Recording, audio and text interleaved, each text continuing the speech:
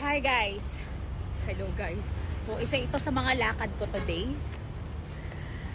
Bakit ganon? Calling NLEX, RFID. Bakit ganon? Kakaload lang namin. Tapos laging nagzi-zero balance. So kailangan kong ipa-check itong tatlong RFID namin. Kasi ilang beses nang nag-load tapos laging zero. So ayan. Nandito tayo sa NLEX. Alo. Pinado ba ito? Office nila. Ayan. Haba ng pila. So wait. Hindi ko mabuksan. Sa inyo po kayo sa XRC? Developer? Kasi parang din na ako kung may project. Kailangan namin ipa-print.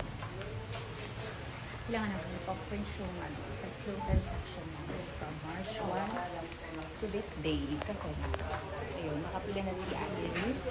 Pang-apat kami. Pang-4. Ayun, madami na